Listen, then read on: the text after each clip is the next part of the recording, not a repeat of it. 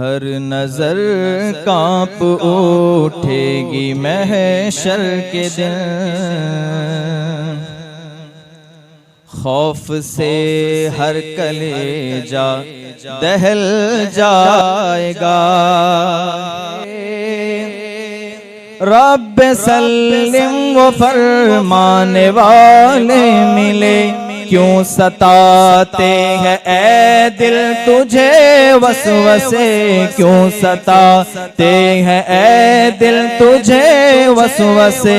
पुल से गुजरेंगे हम वजद करते हुए, पुल से गुजरेंगे हम नात पढ़ते हुए।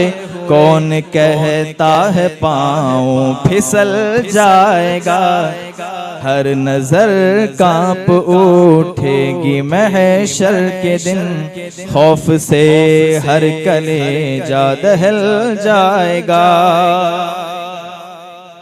अख्तरे खास्ता क्यों इतना बेचैन है, अख्तरे खास्ता क्यों इतना बेचैन है। तेरा आका शहंशाह कौनैन है, तेरा आका शहंशाह कौनैन है। लो लगा तो सही शाह लौलाक से, लो लगा तो सही शाह लौलाक से। गम मसरत के सांचे में ढल जाएगा, लो लगा तो सही शाह लौलाक से। गम हर नजर कांप उठेगी महशर के दिन, खौफ से हर कलेजा दहल जाएगा। पर ये नाज उनके बंदे का देखेंगे सब, थाम कर उनका दामन मचल जाएगा। अस्सलामु अलैकुम वरहमतुल्लाहि ब्रदरान मिल्लत इस्लामी, अस्सलामु अलैकुम वरहमतुल्लाहि वबरकातुहू।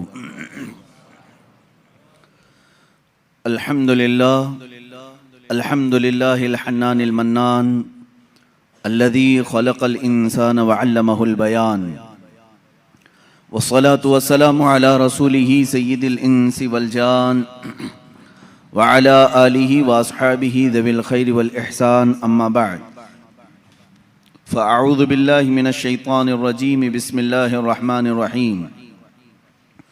वमा हुवा अलल गैबि बिज़नीन, सदक़ल्लाहु मौलानल अज़ीम। वबल्लगना रसूलुहुन नबियुल अमीनुल मतीनुल मुख्तारुल करीम, व नहनु अला ज़ालिका मिनश शाहिदीन वश्शाकिरीन वल्हम्दुलिल्लाहि रब्बिल आलमीन। बारगाह रिसालत मुआब सल्लल्लाहु तआला अलैहि वसल्लम में दुरूद पाक का हदिया पेश करें। अल्लाहुम्मा सल्लि अला सय्यिदिना व मौलाना मुहम्मदिन मअदनिल जूदि वल करम व आलिही व अस्हाबिहिल किराम व इब्निहिल करीम व बारिक व सल्लिम सलातन दाइमतन सरमदन अबदा। अज़ीज़ान गिरामी वक़ार, आज की महफिल पाक में उन्वान सुखन है इल्म ग़ैब मुस्तफ़ा सल्लल्लाहु तआला अलैहि वसल्लम। वो रसूल गिरामी वक़ार सल्लल्लाहु तआला अलैहि वसल्लम के इल्म के समंदर के इंतहा को कौन नाप सके। देने वाला खुदा है, लेने वाला रसूल है। अल्लाह के बहुत सारे राज़ों में से एक राज इल्म ग़ैब मुस्तफ़ा भी है। रसूल करीम सल्लल्लाहु तआला अलैहि वसल्लम को कितना इल्म अता हुआ, कितना गैब जानते थे, ये उम्मत का बहस का मौजू नहीं है।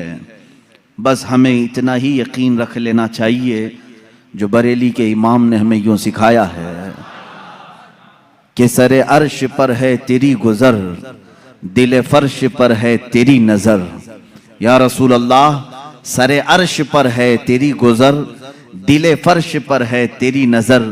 मलकूत व मुल्क में नहीं कोई शय वो जो तुझ पे आया नहीं। हुज़ूर अकरम सल्लल्लाहु तआला अलैहि वसल्लम के दरबार में आपकी निगाहे असर में कौन सी ऐसी चीज़ है जो मख्फी है, जो छुपी हुई है। और कोई गैब क्या तुमसे निहा हो भला।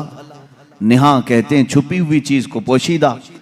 और कोई गैब क्या तुमसे निहा हो भला, जब ना खुदा ही छुपा तुम पे करोड़ों दुरूद। रसूल गिराम वक़ार सल्लल्लाहु ताला अलैहि वसल्लम को अल्लाह ताला ने जो मौजज़े अता किए, उन मौजज़ात में से एक अजीम मौजज़ा आपका इल्म गैब भी है। मुझे यहाँ पर इस मौजू पर गुफ्तगू इसलिए भी करनी है कि ज़माने के गुज़रते गुज़रते कुछ इस्लाम में ऐसे ख़यालात भी पनपने लगे जिन्होंने हुजूर पाक सल्लल्लाहु अलैहि वसल्लम के इल्म गैब का सिरे से इनकार कर दिया। और बाज़ जमातें तो वो हैं जो गैब को मानती हैं लेकिन वो नापती हैं, इतना था और इतना नहीं था।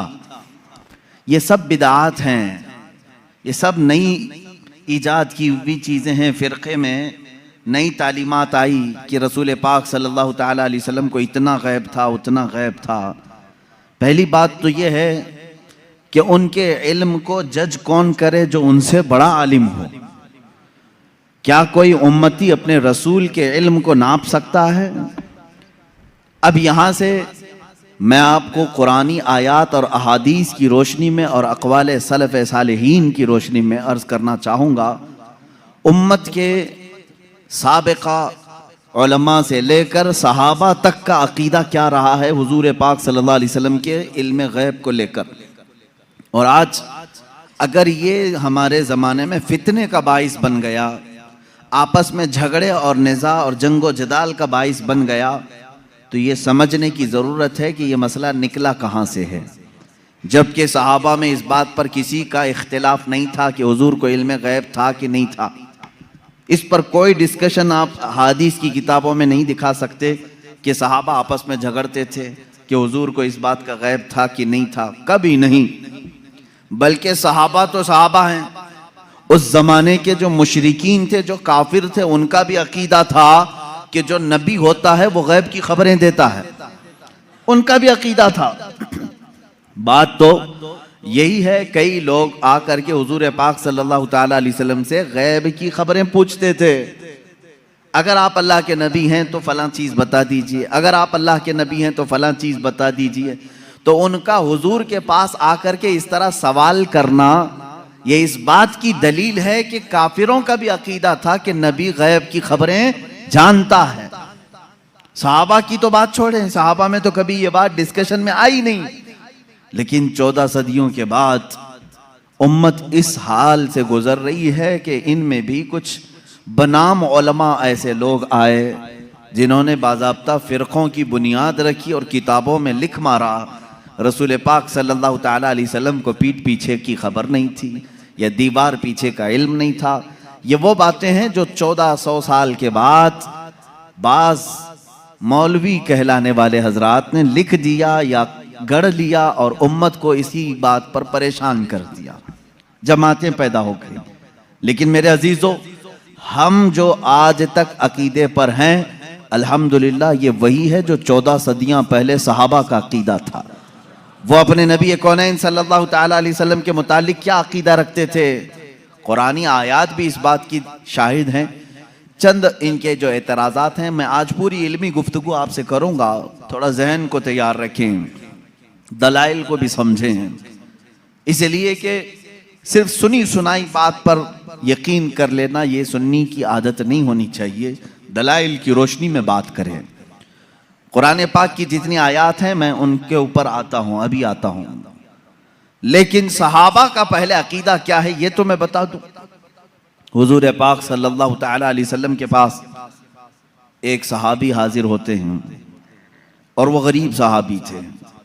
वो घर से ये सोच करके निकलते हैं उनकी वालिदैन का इंतकाल हो चुका था और गुर्बत बहुत ज़्यादा थी, तंगदस्ती थी। वो सहाबी कहते हैं मैं घर से ये निकला कि आज हुजूर पाक सल्लल्लाहु अलैहि वसल्लम से ये दोनों चीज़ों की दुआ करा लूँ, मेरे माँ बाप की मग़फ़िरत की दुआ हो जाए, मेरे माल में बरकत की दुआ हो जाए। वो आए मस्जिद नबवी शरीफ में, लेकिन मामला ऐसा था कि असर के बाद बड़े बड़े सहाबा हुजूर पाक सल्लल्लाहु अलैहि वसल्लम को घेर कर बैठे हुए थे, इनको जाने का मौका ही नहीं मिला। और ये कहते हैं मेरी हिम्मत नहीं हो सकी सबसे आगे बढ़ कर के मैं अपना मुद्दा रखूं। मगरिब की अजान हो गई, मगरिब पढ़ाई रसूल करीम सल्लल्लाहु अलैहि वसल्लम ने, फिर जलसा हुआ लेकिन फिर सहाबा घेर लिए। ये कहते हैं मुझे बात करने का मौका ही नहीं मिला, दूर खड़ा रहा। इशा हो गई। अल्लाह के हबीब सल्लल्लाहु ताला अलैहि वसल्लम इशा के बाद अपने हुजरे की तरफ रवाना हो गए, अपने घर की तरफ रवाना हो गए। ये सहाबी कहते हैं आखिर तक मुझे बोलने का मौका नहीं मिला। सोचा कि दरवाज़ा खुलने से पहले एक बार मौका मिल जाए, मैं बात कर लूं। ये सोचते हुए पीछे हाथ बांधे चले जा रहे थे। अल्लाह के नबी सल्लल्लाहु ताला अलैहि वसल्लम आगे आगे चल रहे हैं। दरवाजे के करीब पहुंचे, रसूल करीम सल्लल्लाहु ताला अलैहि वसल्लम पलट करके देखते हैं और उस सहाबी से कहते हैं जा अल्लाह तेरे वालिदैन की मगफिरत फरमा है, अल्लाह तेरी गरीबी और तंगदस्ती को दूर फरमा है। मिली वो मुराद भी जो कह न सका लब से, मेरे सुकूत पर भी मेरे शाह की नजर गई। अजीज़ा ने गिरामी, ये सहाबा का अकीदा था। वो कहते हैं कि मुझे बोलने की अभी नौबत भी ना आई, अल्लाह के हबीब सल्लल्लाहु ताला अलैहि वसल्लम ने उसी बात की दुआ मेरे लिए फरमाई जिस बात का मैं घर से सोच करके निकला था। तो ये सहाबा का ईमान भी था, यकीन था कि अल्लाह के नबी सल्लल्लाहु ताला अलैहि वसल्लम गैब की खबरें जानते हैं। अब और दूसरे सहाबा की बात मैं बताऊं। जंग तबूक के मौके पर, जंग तबूक बड़ी सख्त जंग हुई है और मदीने से तकरीबन 800-900 किलोमीटर दूर का फासला है तबूक। अल्लाह के हबीब सल्लल्लाहु ताला अलैहि वसल्लम ने मदीने के सारे जितने भी जवान थे सबसे कहा था कि इस जंग में शरीक हो जाएं। सब निकले, 3 सहाबा पीछे रह गए। उसमें हजरत काब बिन मालिक रज़ियल्लाहु ताला अन्हु जो हदीस के रावी हैं, फरमाते हैं मुझे कुछ हुआ तो नहीं था, अभी जाऊंगा तभी जाऊंगा, जैसे लोग जमात में शरीक होने के लिए काहिली कर जाते हैं आज के ज़माने में। मैं सहाबा को तमसील या तशबीह नहीं दे रहा, लेकिन वो सहाबी कहते हैं मेरे साथ ऐसा मामला हुआ कि कोई उज़्र नहीं था, लेकिन मैं सोचा कि अभी सुबह जाकर के जमात में मिल जाऊंगा। सुबह हुई, सहाबा की सफ़ें लगी, निकलने का वक्त आ गया। इन्होंने ये सोचा थोड़ा घर में आराम कर लेता हूँ, दोपहर तक मदीने के बाहर ही रहेंगे, जल्दी से जा करके मिल लूंगा। वो जमात मदीने से बाहर भी चली गई। सोचते सोचते शाम हो गई और ये नहीं गए। इस तरह 3 सहाबा मदीने में रह गए और जंग तबूक में मेरे आका सल्लल्लाहु ताला अलैहि वसल्लम बनफ्से नफीस तशरीफ ले गए। जब जंग का ख़त्म हुई, वहाँ से वापसी हुई, आने के फ़ौरन बाद अल्लाह के हबीब सल्लल्लाहु ताला अलैहि वसल्लम ने इन 3 को तलब किया। अब इनकी बातें सुने। हज़रत काब बिन मालिक हैं इसमें। ये कहते हैं अल्लाह के रसूल सल्लल्लाहु ताला अलैहि वसल्लम ने हमें बुलवाया और हुजूर की आदत करीमा थी, सबसे पहले पूछते थे कोई उज़्र था तुम्हारे पास, ना आने की कोई वजह थी। अब इस सहाबी की बात सुने, कहते मैं चाहता तो कुछ ना कुछ बात गढ़ लेता कि घर का काम काज आ गया था, बच्चे बीमार थे, जायदाद का मसला था, कुछ तो कह देता। हज़रत काब कहते हैं, ये अल्फाज हैं उनके, मैं कुछ बहाना कर ले जाता, लेकिन उसके पास क्या बहाना करूं जो दिलों की हालात भी जानता है, जो दिलों की भी खबर रखता है। वो कहते हैं सहाबी रसूल कि मैं कह दिया कि अल्लाह के नबी आप बेहतर जानते हैं, उज़्र तो कुछ नहीं था, सुस्ती और काहिली ने मुझे दूर रखा। तीनों का यही मामला था। बहरहाल ये मामला अलग है, किसी दूसरे वक्त अर्ज करूं, ये लंबी हदीस है। हुजूर पाक सल्लल्लाहु ताला अलैहि वसल्लम ने उन तीनों सहाबा का बायकाट किया 40 दिन तक। फिर कुरान की आयत नाजिल हुई, उनकी तौबा कबूल हुई, फिर उनको माफ किया गया। लेकिन मुझे इससे बयान यही करना था, सहाबा का अकीदा ये है, वो ये कहते हैं हम चाहते तो बहाना कर लेते, लेकिन उनके पास क्या बहाना करें जो दिलों की भी जानते हैं। इसका मतलब ये है कि ये सहाबा उसका उस तरह का अकीदा नहीं रखते थे जो आज के मुल्ला कहते हैं कि पीठ पीछे की खबर नहीं थी, दीवार के पीछे की खबर नहीं थी। वो सहाबी कहते मेरे दिल के हालात वो जानते थे, इसलिए मैं बहाना नहीं कर सका।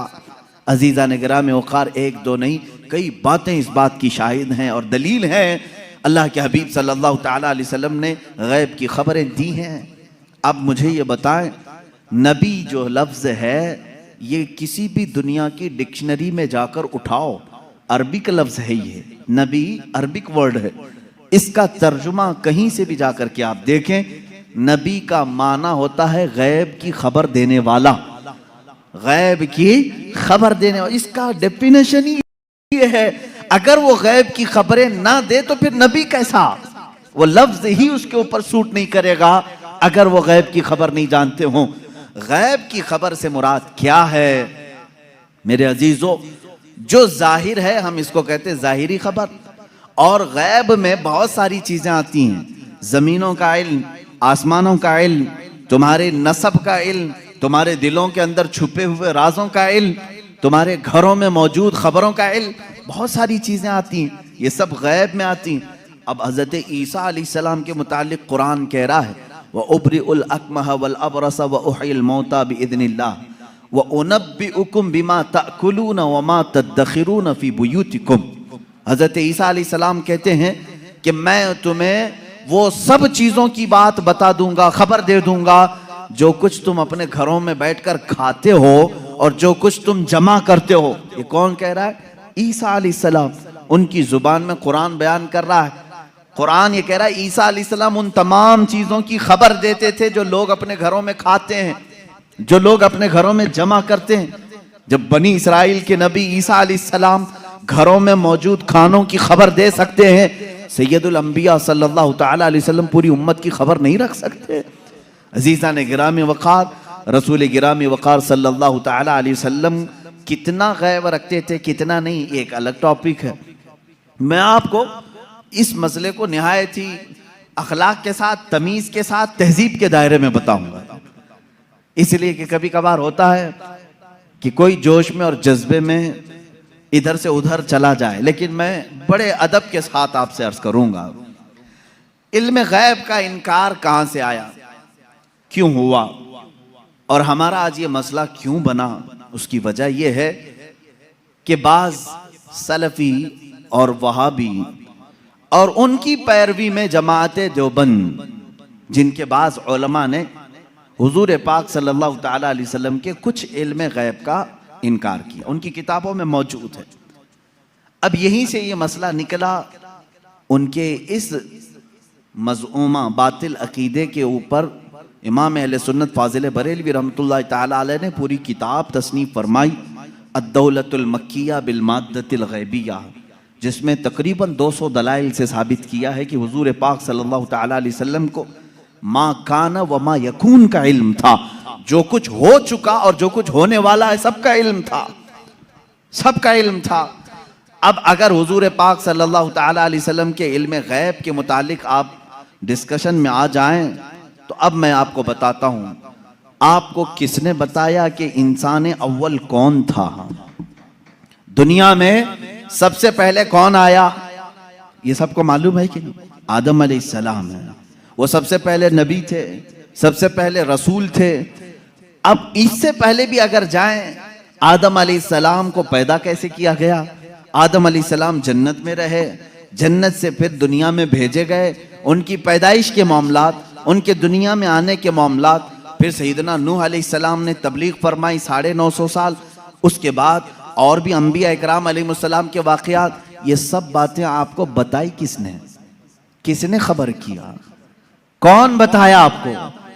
सबका नुक्ता इत्तिहाद तुम्हारे यहाँ जमा होगा मोहम्मदुर रसूलुल्लाह सल्लल्लाहु अलैहि वसल्लम। अगर अल्लाह के रसूल सल्लल्लाहु तआला अलैहि वसल्लम ना बताते तो न तुम्हें आदम अलैहिस्सलाम की खबर थी, न तुम्हें नूह अलैहिस्सलाम की खबर थी, न तुम्हें इब्राहीम और इस्माइल अलैहिस्सलाम की खबरें थी, न तुम्हें हज़रत यूसुफ अलैहिस्सलाम के वाक़यात मालूम थे। कुरान जो कुछ भी बयान हुआ है वो मुस्तफ़ा की ज़ुबान से तो बयान हुआ है, मेरे आका सल्लल्लाहु तआला अलैहि वसल्लम के ज़ुबान से बयान हुआ है। तो मेरे अजीज़ों, जो हो चुका हुजूर उसका भी इल्म रखते हैं, जो हो चुका मेरे आका सल्लल्लाहु तआला अलैहि वसल्लम उसका भी इल्म रखते हैं, उसकी खबर रखते हैं। अब बाद में होने वाला ये भी आपको मालूम है, हर मुसलमान का अकीदा है क़यामत आने वाली है या नहीं? अगर इनकार करोगे तो इस्लाम से निकल जाओगे। क़यामत कैसे आएगी इसका पूरा नक्शा भी मालूम है, कैसे आएगी आपने उलमा से सुना होगा, किताबों में पढ़ा होगा। क़यामत के करीब क्या क्या हालात होंगे, निशानियां क्या क्या हैं, ये सब चीजें बताई गई। याजूज माजूज आएंगे, दज्जाल निकलेगा, सूरज पश्चिम से निकलेगा, दाबतुल अर्द आएगा, ये बड़ी बड़ी निशानियां। ईसा अलैहिस्सलाम नाजिल होंगे, इमाम मेहदी का ज़हूर होगा, ये बड़ी बड़ी निशानियां। और उसके बाद एक दिन ऐसा आएगा कि सूर फूंका जाएगा। ये इसराफील अलैहिस्सलाम के हाथ में अभी सूर है, फरिश्ते हैं, और वो बाजे की शक्ल की एक चीज है, उससे आवाज धीरे धीरे निकलेगी और उसके बाद फैलती जाएगी, निहायत तेज हो जाएगी। उसी आवाज के धमाके से पूरी दुनिया का इख्तिताम होगा। फिर सूरज चांद टकरा दिए जाएंगे, तारे फट जाएंगे, जमीन उड़ा दी जाएगी, पहाड़ रूई के गाले की तरह उड़ रहे होंगे। फिर मैदान क़यामत कायम किया जाएगा, क़यामत आएगी। इतना सारा डिटेल ये किसने बताया आपको? ये कौन बताया है? अगर रसूल पाक आने वाली खबरों को नहीं जानते थे तो फिर क़यामत की खबर कभी नहीं देते। इसका मतलब है अल्लाह के नबी सल्लल्लाहु तआला अलैहि वसल्लम आदम अलैहिस्सलाम की पैदाइश से लेकर रोज़े क़यामत तक जो सूर फूंका जाएगा, कायनात की हर चीज से वाकिफ थे, हर चीज से बाखबर थे। हुजूर अकरम सल्लल्लाहु तआला अलैहि वसल्लम का इल्म गैब कितना था, कितना नहीं था, अब इस पर आते हैं हम। इसलिए कि बाज़ उलमा, उनसे हमारा भी डिस्कस हुआ, उन्होंने कहा कि आप खामखा वहाबी और देवबंदी जमात से इख्तिलाफ रखते हैं। हम कभी इनकार नहीं करते हुजूर सल्लल्लाहु तआला अलैहि वसल्लम के इल्म गैब का, लेकिन हम ये कहते हैं कि पूरा पूरा इल्म गैब उनके पास नहीं था। हमारा उन्होंने बाज़ाब्ता हमारे साथ ये डिस्कस किया, पूरा इल्म गैब नहीं था। हम हम हुजूर के थोड़े से इल्म गैब का इनकार नहीं करते, हाँ था रसूल को, लेकिन पूरा नहीं था हर चीज का। मैंने कहा इस पर क्या दलील है आपके पास? उन्होंने कहा बाज़ मकामात पर हुजूर ने कहा है मुझे मालूम नहीं, बहुत सारे ऐसे मकामात हैं वाक़या हो गया, हुजूर को उसकी खबर नहीं रही। इसका मतलब है हुजूर को पूरे इल्म गैब का पूरा इल्म गैब नहीं था, थोड़ा सा तो था, हम इसका इकरार करते हैं। मेरे अजीज़ों, जवाब सिर्फ इतना ही है कि चलो मियाँ, हम और आप बैठते हैं, हम ये लिखते हैं कि हुजूर का क्या क्या इल्म गैब था, और आप ये लिखो कि हुजूर को किस किस चीज़ का नहीं था। मुबारक हो तुम्हें, तुम हुजूर के इल्म गैब की नफी पर लिखते जाओ, और हम हुजूर के इल्म गैब के इस बात पर लिखते जाएंगे कि अल्लाह के नबी सल्लल्लाहु तआला अलैहि वसल्लम को किन किन चीज़ों की खबर थी और तुम किन किन चीज़ों की नहीं थी, इस पे लिखो। और उसके बाद मातम करो अपनी जिंदगी पर कि अल्लाह ने तुम्हें किस तरह की ये ड्यूटी लगाई कि नबी कौनैन का नक्श निकालने पर पूरी जिंदगी लगा दी। हुजूर पाक के सल्लल्लाहु तआला अलैहि वसल्लम के मर्तबे को कम करने के लिए तुम्हें ड्यूटी लग गई, तुम इस चीज पर तैयार हो गए। अजीज़ान गिरामी वक़ार, पहले ये तो मुझे बताएं कि कौन है जो ये इंसाफ करेगा, इतना था इतना नहीं था, कितना था? क्या तुम नबी के जमाने में हो? हुजूर पाक सल्लल्लाहु तआला अलैहि वसल्लम से तुमने कुछ पूछा है इस बारे में? चलो अगर 100 चीजों का इल्म था हुजूर सल्लल्लाहु तआला, या इल्म गैब अगर 100 को कहते हैं तो तुम बताओ हुजूर के पास 70 था कि 75 था कि 80 था कि 82 था? कोई हद है तुम्हारे पास? नहीं बता सकेंगे, मेरा चैलेंज है। वो कहते हैं बाज का था। अरे मियां, वो बाज की भी तो तहदीद कर दो, बाज का मतलब क्या है? नहीं, बाज का इल्म गैब था। आज भी वो कहते हैं हुजूर को बाज चीजों का इल्म गैब था। मैं यही कहता हूं वो बाज कितना था ये आप मुतय्यन करके बता दो। चलो 30% था, 40% था, परसेंटेज नहीं बयान कर सकेंगे। जहां उन्होंने उंगली रख दी कि इतना था, तो फिर वो इस्लाम में ज्यादती करने वाले बन जाएंगे और खारिज इस्लाम हो जाएंगे। हुजूर के इल्म को उन्होंने अगर घेर दिया इतना था। अब हमसे वो पूछते हैं चलो ठीक है, हम नहीं बताते कितना परसेंट था, आप ही बताओ कितना था। हम कहते हैं अल्लाह के बाद अगर कोई इल्म है तो रसूल पाक के बाद, तो अल्लाह का नापो, उसके बाद पता चल जाएगा।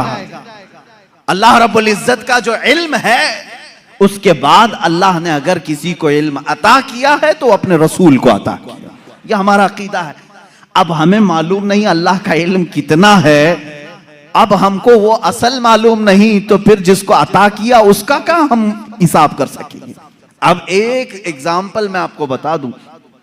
सैयदना खिज़र अलैहिस्सलाम, जिनको खदिर कहा गया है, मूसा अलैहिस्सलाम और हजरत खदिर का जो वाकया है सूरह कहफ में है, उन्होंने खुद कहा है कि मुझे बाज़ चीज़ों की हिकमत दी गई। हजरत मूसा अलैहिस्सलाम हजरत खिदर से मिलने के लिए गए थे, मालूम होगा आपको वाकया। मूसा अलैहिस्सलाम अपने ज़माने के जलीलुल क़द्र पैगम्बर हैं।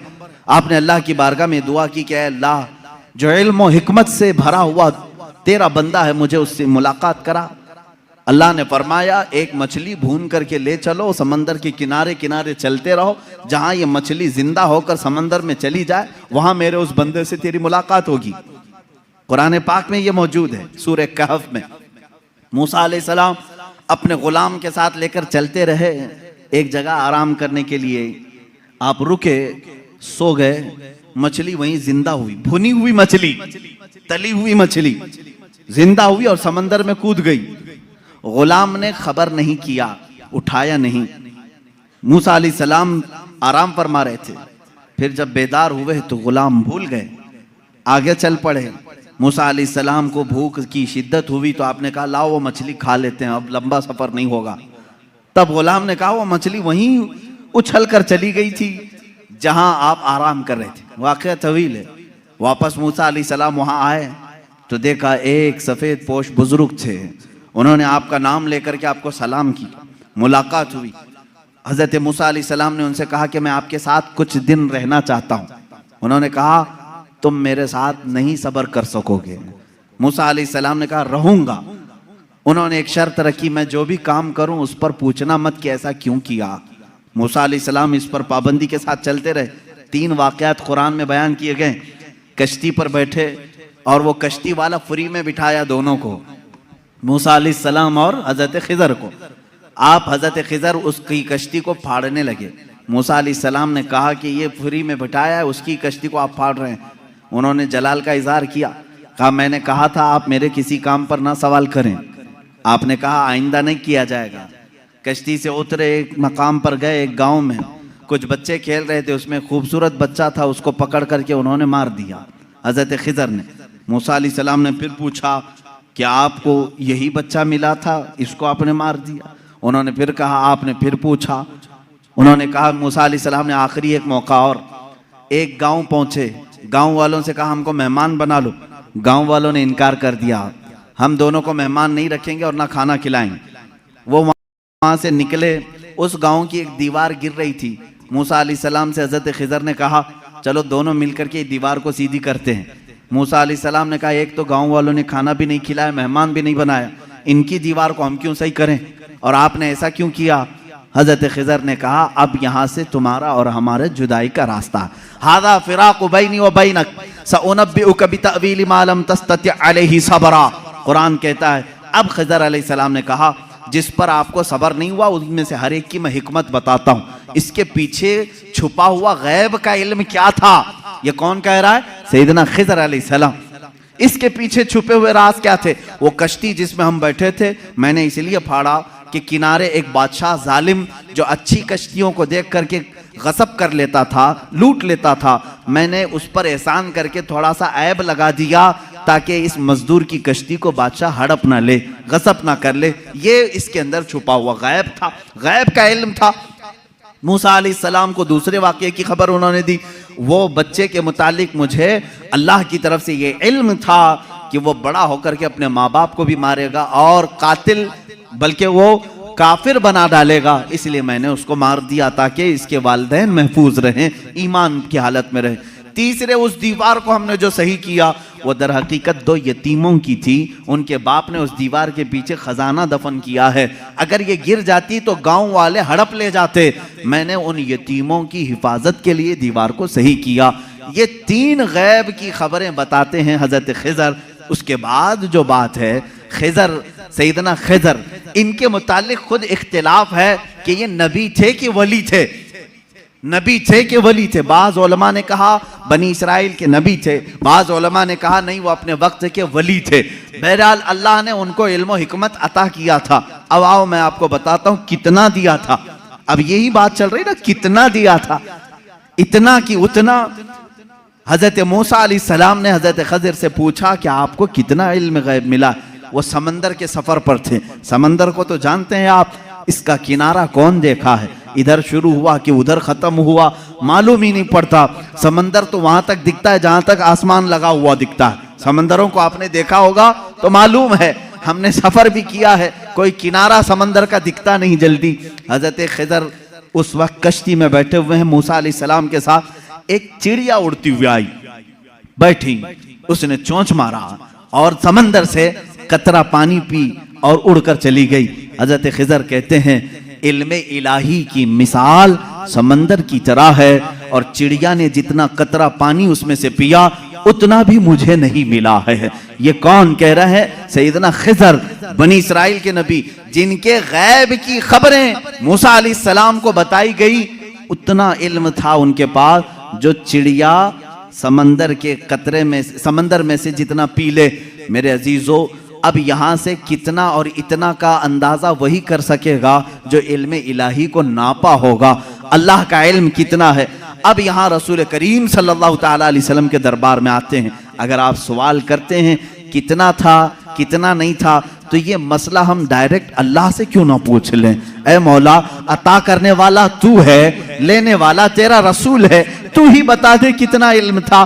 कुरान के पाक की आयत आप चौथे पारे में पढ़ें, पांचवें पारे में पढ़ें, अल्लाह रब्बुल इज्जत फरमाता है वअल्लमका मा लम तकुन तअलम व कान फज़लुल्लाहि अलैका अज़ीमा। ऐ रसूल, हमने आपको इल्म गैब कितना दिया? कितना दिया? फरमाता है मेरा मौला, ऐ रसूल, हर उस चीज का इल्म दिया जो आप पहले नहीं जानते थे। अब क्या क्या नहीं जानते थे तुम तय करो, फिर मैं बताता हूं। हर उस चीज का इल्म अल्लाह ने उन्हें दिया है। तुम अगर कहते हो रसूल ये नहीं जानते थे, तो मौला तो कह रहा है जो रसूल नहीं जानते थे मैंने दे दिया है। तुम अगर कहोगे हुजूर बचपन की खबरें नहीं जानते थे, मैं कहूंगा अल्लाह वो भी दिया है। तुम अगर कहते हो पहले की खबर नहीं जानते थे, मैं कहूंगा अल्लाह कह रहा है वो नहीं जानते थे, वो भी दिया है। तुम कहते हो क़यामत के बारे में रसूल नहीं जानते थे, अच्छा है, तुम जितने नहीं जानते थे वाले वर्ड्स लाओगे, कुरान की आयत के नीचे अल्लाह ने वही फरमाया वअल्लमका मा लम तकुन तअलम। ऐ रसूल, जो जो नहीं जानते थे सब मैंने दे दिया है। जो जो नहीं जानते थे, तुम जो भी कहोगे ये नहीं जानते थे, साफ कहो हाँ ठीक है नहीं जानते थे, लेकिन अल्लाह कह रहा है रसूल जो नहीं जानते थे वो दे दिया है। अब तेरा लफड़ा किस बात पर है? तेरा झगड़ा किस बात पर है? अल्लाह खुद कह रहा है जो नहीं जानते थे वो मैंने दे दिया। अब इस आयत ने पूरा फैसला कर दिया है। अब यहां पर आए, डिस्कस होता है तो बाज लोग ये कहते हैं कुरान की आयत है, कुरान कह रहा है वइंदहु मफातिहुल गैब ला यअलमुहा इल्ला हु। अल्लाह के पास गैब के खजानों की चाबियां हैं, कोई दूसरा नहीं जानता। एक आयत है। दूसरी आयत जो ये पढ़ करके हमें सुनाते भी हैं और सल्फी, और कहते हैं तुम रसूल को इल्म गैब कहते हो। कुरान कह रहा है कुल ला अक़ूलु लकुम इंदी खज़ाइनुल्लाहि वला अअलमुल गैब। ऐ रसूल आप फरमा दे मेरे पास अल्लाह के खजाने नहीं और मैं गैब नहीं जानता। यह आयत में साफ है, और मैं चुरा करके नहीं जाऊंगा, साफ पढ़ करके जाता हूं। जो इनके एतराजात हैं, कहते हैं कि रसूल को अल्लाह ने खुद कह दिया ऐ रसूल आप कह दे मैं गैब नहीं जानता। रसूल ने कहा उम्मत से दो चीजें ये बताते हैं, इंदहु मफातिहुल गैब ला यअलमुहा इल्ला हु। अल्लाह के पास है गैब के खजाने की कुंजियां, चाबियां, कोई दूसरा नहीं जानता। दो आयतें, एक तीसरी आयत और भी पढ़ते हैं और ये कहते हैं इन्नल्लाह इंदहु इल्मुस्साअति व युनज़्ज़िलुल गैथ व यअलमु मा फिल अरहाम व मा तदरी नफ्सुम माज़ा तक्सिबु गदा व मा तदरी नफ्सुम बिअय्यि अर्दिन तमूत। बेशक अल्लाह के पास 5 चीजों का इल्म है, उसको कोई दूसरा नहीं जानता। क़यामत कब आएगी, बारिश कब आएगी, माँ के पेट में क्या है, यअलमु मा फिल अरहाम व मा तदरी, और कोई आदमी ये नहीं जानता कि कल क्या होगा। 5वीं चीज है कोई ये नहीं जानता कि किस जमीन में मरेगा।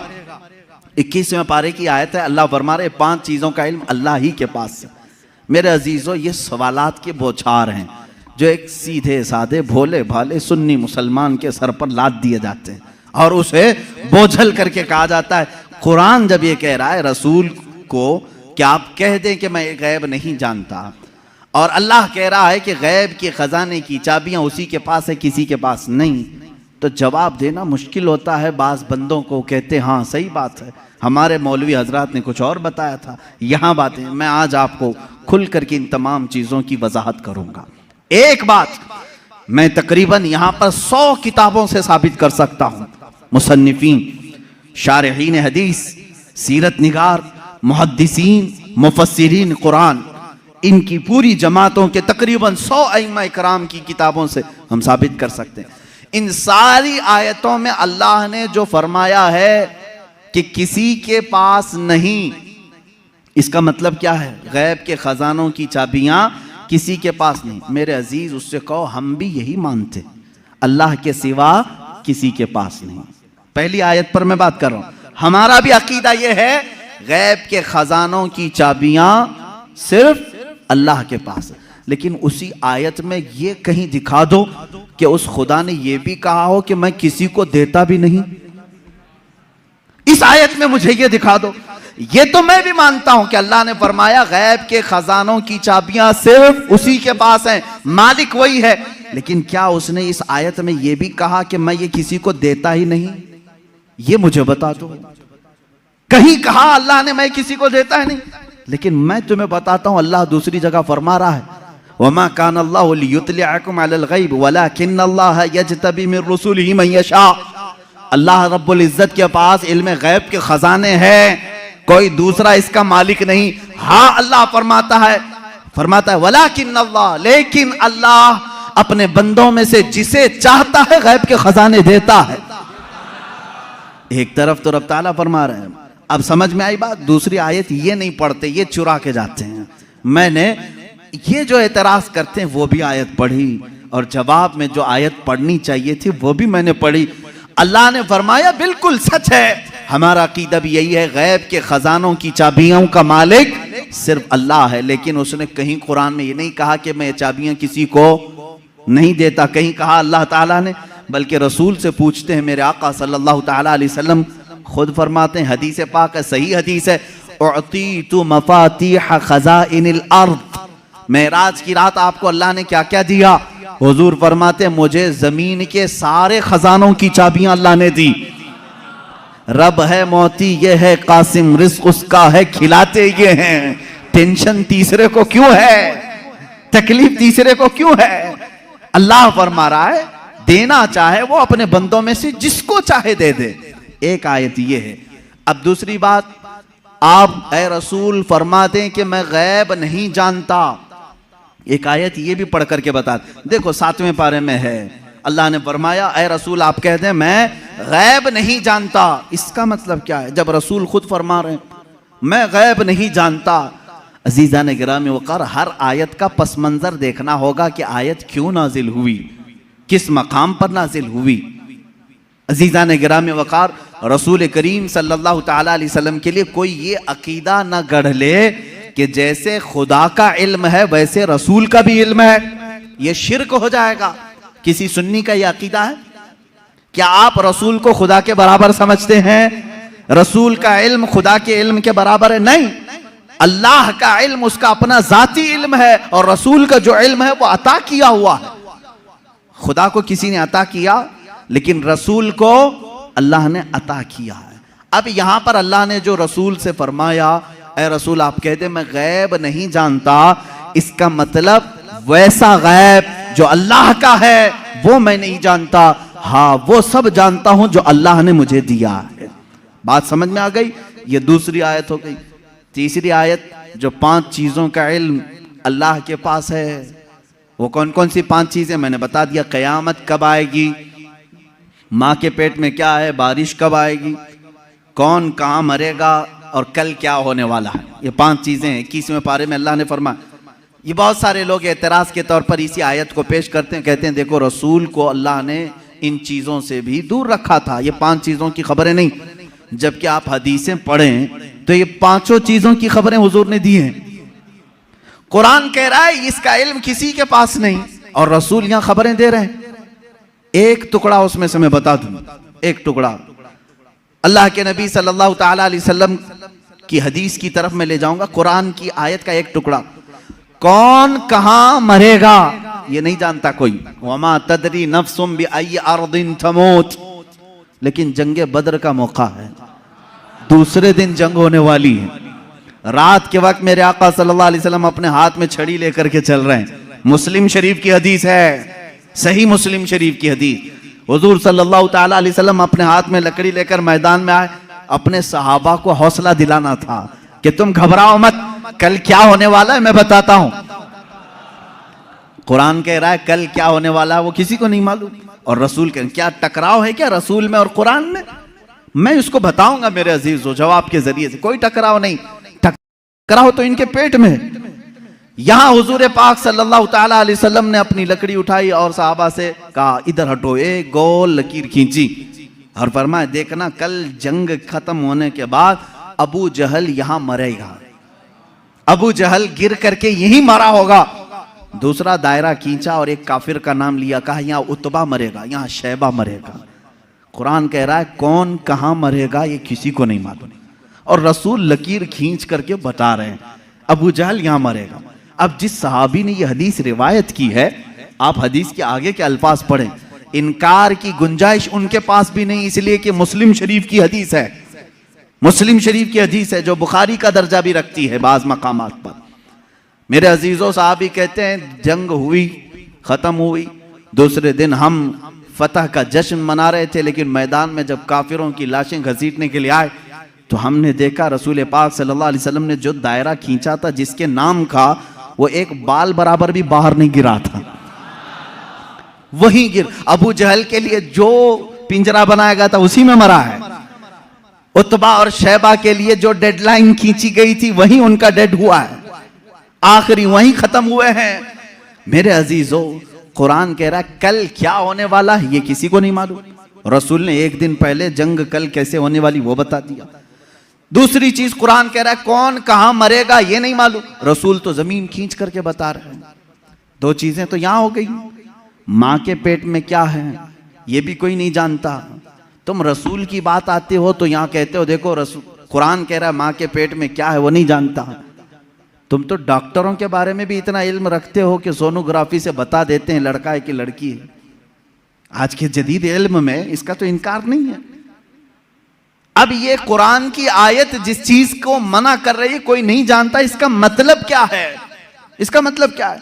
अब बारिश का मसला है, बारिश कब होगी ये किसी को नहीं मालूम, बारिश कब होगी ये किसी को नहीं मालूम। लेकिन बारगाह मुस्तफ़ा सल्लल्लाहु अलैहि वसल्लम में एक साहबी हाजिर हुए, कहा कि आका कहत पड़ गया है, बकरियां सूख रही हैं, जानवर मरने के करीब में, बारिश नहीं है, कब आएगी? ये किससे पूछने आए साहबी? रसूल पाक से। जबकि कुरान कह रहा बारिश कब आएगी ये किसी को नहीं मालूम। मालूम होना ना होना अलग बात है, रसूल पाक ने कहा अभी नाजिल कर दे। हुजूर पाक सल्लल्लाहु ताला अलैहि वसल्लम को अल्लाह ने इतना इख्तियार अता किया कि आपने हाथ उठाया और कहा ए मौला हमारे कहत साली को दूर कर दे, बारिश बरसा। वो साहबी कहते हैं हमारे हाथ नीचे भी नहीं हुए थे कि बारिश शुरू हो गई, और इतनी हुई 8 दिन तक होती रही। दोबारा वो आए वही साहबी, उन्होंने कहा आका अब पानी भर गया है और घरों में आ रहा है, आप इतना कह दें कि अब बारिश मदीने में नहीं दूर बरसे। हुजूर ने फिर हाथ उठाया और कहा अल्लाहुम्मा हवालैना ला अलैना, ऐ अल्लाह हमारे इर्द गिर्द बरसा, अब हमारे लिए काफी है। वो साहबी कहते हैं मदीने के ऊपर से बादल छट गया, यहां सूखा रहा, आसपास बारिश बरसती रही। तुम तो इनकार कर रहे हो कि रसूल को कब बारिश आएगी ये नहीं मालूम, हदीस तो बता रही है रसूल जब चाहे आ जाए, जब चाहे आ जाए। अब आयत का क्या मतलब है? आयत में जो इनकार है और हदीस में भी है, हुजूर ने फरमाया 5 चीजों का इल्म किसी को नहीं। यहां यही जवाब मैं दूंगा, ऐ मेरे अजीज अल्लाह ने ये सच फरमाया कि ये 5 चीजों का इल्म अल्लाह ही के पास है, लेकिन पूरी आयत में अल्लाह ने ये कहीं नहीं फरमाया ये मैं किसी को दूंगा भी नहीं। अल्लाह ने फरमाया ये 5 चीजों का इल्म मैं किसी को देता भी नहीं, बल्कि अल्लाह जिसे चाहे इन 5 चीजों से खबरदार करे। जब आम बंदों को अल्लाह इन 5 चीजों से खबर कर सकता है तो अपने गैब बताने वाले रसूल को क्या ये 5 चीजों का इल्म नहीं दिया जाएगा? बेशक मेरे आका सल्लल्लाहु ताला अलैहि वसल्लम को खबरें थी। अब आओ अहादीस की रोशनी में कौन कौन सी चीजें सहाबा ने महसूस की हैं। जंगे बद्र के कैदी जो थे, वो जो कैद हुए थे 70 लोग थे, उनके बारे में मशवरा हो रहा था। बहुत सारी चीजें हैं गैब की खबरों में, मशवरा हो रहा था कि क्या किया जाए। बाज ने कहा इनको मार डालें, जला दें, बहुत इन्होंने सताया है मुसलमानों को। लेकिन हज़रत अबू बकर सिद्दीक़ रज़ियल्लाहु ताला अन्हु के मशवरे पर अमल हुआ। उन्होंने कहा इनसे फिदिया लेकर के छोड़ दिया जाए। हुज़ूर पाक सल्लल्लाहु ताला अलैहि वसल्लम हर एक कैदी को बारी बारी बुला रहे थे कि तुम्हारे पास जो है वो ले आओ, माल दो और आज़ाद हो जाओ, क्योंकि उन्होंने तलवार उठाई थी। तलवार उठाने का ये जुर्म है, अब आज़ाद हो। दूसरी कौमें तो छोड़ती नहीं, तलवार उठाने वाले को मार दिया जाता है या जेल में डाला जाता है। ये मेरे आका का रहम था कि फिदिया दे करके उन्हें छोड़ा जा रहा था, इसलिए कि ये बाद में फिर दायरा इस्लाम में आएंगे, छोड़ा जा रहा था। उन्हीं कैदियों में हुजूर के चचा अब्बास भी थे। वो ईमान लाए हुए नहीं थे, काफिरों की तरफ से लड़ने के लिए आए थे। अब्बास वो भी कैदियों में थे, चचा हैं। हुजूर सल्लल्लाहु ताला अलैहि वसल्लम के पास पहुंचे, कहा ए चचा आप तो उनके दुश्मनों के साथ आए थे, फिदिया दो और आज़ाद हो जाओ। कहा मेरे पास कुछ भी नहीं है, मेरे पास कुछ भी नहीं है, माल कुछ भी नहीं है। हुजूर पाक सल्लल्लाहु ताला अलैहि वसल्लम ने क्या फरमाया जानते हैं? कहते हैं चचा जब मक्का से निकले थे, अपनी बीवी उम्मुल फजल को एक गठरी आपने सिक्कों की दी थी, फलां जगह छुपाने के लिए कहा था, वो गठरी मंगवाएं और फिदिया दें और आज़ाद हो जाएं। अल्लाह अकबर। हज़रत अब्बास कहते हैं ये रास्ता मेरा और मेरी बीवी का, ये मोहम्मद अरबी सल्लल्लाहु अलैहि वसल्लम जंग के मैदान में बता रहे हैं। चचा आप घर से निकलते वक्त जो पैसों की थैली अपनी बीवी को सुपुर्द करके आए थे और कहा था फलां जगह छुपा के रखना, किसी को बताना मत, हुजूर ये तक बता रहे हैं। हज़रत अब्बास ने कहा मैं फिदिया तो लाऊंगा लेकिन पहले कलमा तैयबा भी पढ़ लूंगा। दायरा इस्लाम में आई हज़रत अब्बास रज़ियल्लाहु ताला अन्हु हुजूर सल्लल्लाहु ताला अलैहि वसल्लम पर ईमान लाए। मेरे अजीजों, उनका तो ये अकीदा था कि रसूल हमारे घरों में छुपी हुई चीज़ों को भी जानते। जंग बद्र में आए हुए और भी जंग बद्र ही से मुतालिक बड़ी नफीस बात है, हदीस है। जंग बद्र में जो कुफार और मुशरिकीन आए थे, इसमें कई गैब छुपे हुए हैं, कई गैब जिनकी खबरें हुजूर सल्लल्लाहु अलैहि वसल्लम ने दी। खत्म हुई, इसमें काफिरों को भारी नुकसान हुआ था, बड़ा नुकसान हुआ था। ये तो मालूम है कि सिर्फ 14 सहाबा की वफात हुई, शहादत हुई, बाकी 70 उनके मारे गए, 70 कैदी बनाए गए, पूरा माल वो छोड़ के भागे थे, जो 1000 की तादाद में आए थे और इधर 313 ही थे। उसके बाद वो इसी गम में पेचोखम खा रहे थे, गलता पेचा थे। मक्का के लोग यानी हसद में जल रहे थे। उनमें से एक शख्स था सफवान, उसके बाप को कत्ल कर दिया गया था मैदान बद्र में, उमैया बाप मार दिया गया। जब लोग जाकर के वाकयात सुना रहे थे, वो बहुत मालदार आदमी था सफवान, बहुत गम में आ गया कि मेरे बाप इतने बड़े आदमी सरदार कुरैश को मोहम्मद के साथियों ने कत्ल कर दिया। गम और गुस्से में, गैज़ में वो जल रहा था। उसी की कैटेगरी का एक और शख्स उमैर बिन वहब, उमैर बिन वहब, इनका बेटा कैदी बन करके हुजूर के पास गिरफ्तार हो चुका था। एक का बेटा कैदी बना है, एक का बाप मारा गया है। दोनों सेम कैटेगरी के हो गए, दोस्ती जल्दी होती है। ऐसे दोनों का जब मैटर सेम हो तो दिल की बातें शेयर होती रहती हैं। उमैर बिन वहब सफवान बिन उमैया के पास आए, हतीम काबा के अंदर, खाना काबा के हतीम के अंदर बैठे। उमैर बिन वहब ने कहा मेरे पास तो कुछ है नहीं, माल और दौलत, लोगों के कर्जे बड़े हुए हैं और हर कोई कर्जा मांगने आता है, ऐसे में मेरे बेटे को मोहम्मद ने कैद कर लिया है, क्या कहूँ। सफवान ने देखा सेम मैटर मेरा भी है, मुझे भी बदला लेना है, इसका भी है, एक काम करते हैं। उसने ऑफर दिया, कहा ए उमैर तेरे सारे कर्जे चुका दूंगा, प्लस इनाम दूंगा और मेरी तरफ से तलवार दूंगा, बस तू मोहम्मद का कत्ल करके आ सल्लल्लाहु ताला अलैहि वसल्लम। दोनों खुफिया मीटिंग करते हैं खाने काबा की हतीम में बैठकर, और उसके बाद सफवान ने अपनी तलवार को जहर में बुझाकर आग में तपा करके कि किसी को थोड़ा जख्म भी दे दिया जाए तो वो मर जाए, इतनी जहरीली तलवार उमैर बिन वहब के हाथ में थी। उमैर बिन वहब को शैतान कुरैश कहते थे कि सबको भड़काने वाला, जंगे बदर में लाने वाला। उमैर बिन वहब ये जहरीली तलवार लेकर मदीने आए। मदीने जिस वक्त ये पहुंचा, यहाँ हालात कैसे थे? मस्जिद नबवी के अंदर वो कैदी बंधे हुए थे, हुजूर पाक सल्लल्लाहु ताला अलैहि वसल्लम अंदर हैं। हज़रत उमर फारूक रज़ियल्लाहु ताला अन्हु चंद सहाबा के साथ पहरा दे रहे थे और हज़रत उमर जहाँ खड़े हों किसकी मजाल है कि अंदर जाए। जब वो करीब आया, अभी करीब आ रहा था उमर बिन वहब, हज़रत उमर बिल्कुल चौंक गए और उसके बाद अपने साथियों से कहा, खुज़ू हाज़ल कल्ब, पकड़ो इस कुत्ते को, ये आया क्यों है मदीना? ये बदर में दुश्मन बन करके आया था। ये अल्फाज है हदीस पाक में। कहा इस कुत्ते को पकड़ो जो पूरे लोगों को भड़का करके बदर में ले आया था, और झपट पड़े उस पर और उसके गले में रुमाल डाल करके उसको फंदा बना लिया। कहा क्यों आया है? कहा नहीं, बस बेटे से मिलने आया था, बेटे से मिलने आया था, मेरा बेटा कैदी हुआ है तुम्हारे यहाँ, देखूं तो कुछ हाल चाल पूछ लूं, इसलिए आया हूं। तो हज़रत उमर ने कहा इसको पकड़े रहो, पहले मैं इजाज़त तो ले लूं रसूल पाक से। अंदर गए, कहा या रसूल अल्लाह सल्लल्लाहु ताला अलैहि वसल्लम, उमर बिन वहब आया है, कुरैश का वो भड़काने वाला आदमी जो जंग बदर में सारे लोगों को उकसा रहा था, और मुझे लगता है उसकी नीयत सही नहीं है। कौन कह रहा? उमर इब्न खत्ताब रज़ियल्लाहु ताला। हुजूर के जो मुहिब थे वो भी लोगों की नजरें देखकर पहचानते थे। कहते हैं मुझे उसकी नीयत सही नहीं लग रही है। हुजूर पाक सल्लल्लाहु अलैहि वसल्लम ने फरमाया उसको अंदर तो ले आओ, मैं भी पूछूं कि किस लिए आया है। हजरत उमर उसी तरह फंदा डाल करके अंदर ले आए। रसूल करीम सल्लल्लाहु ताला अलैहि वसल्लम ने बात करना चाहिए, उसके हलक में अटक रहा था। हजरत उमर से कहा छोड़ दो उसको, बात करने दो। तलवार भी है उमर बिन वहब के पास, जहरीली तलवार जो लटकी हुई है। रसूल करीम सल्लल्लाहु ताला अलैहि वसल्लम के ऊपर कभी किसी का रौब तारी नहीं हुआ, कभी हुजूर पाक के जिस्म अक़दस पर किसी का रौब तारी नहीं हुआ। निहायत ही संजीदगी के साथ अल्लाह के नबी सल्लल्लाहु ताला अलैहि वसल्लम ने पूछा, ऐ उमर क्यों आना हुआ मदीने? उसने कहा बेटे की खैर खैरियत के लिए आया हूँ, मेरा बेटा कैदी बन करके आपके यहाँ आया है।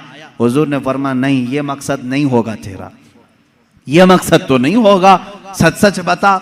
कहा नहीं, बेटे की खबर लेने के लिए ही तो आया हूँ। हुजूर ने फरमाया बेटे की खैरियत पूछने के लिए तलवार लेके क्यों आए हो?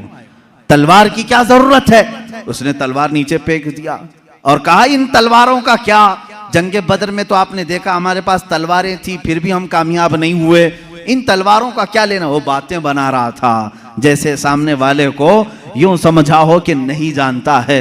वो तलवार नीचे रख करके कह रहा है तलवार से क्या होना जाना है, कुछ तो नहीं होगा।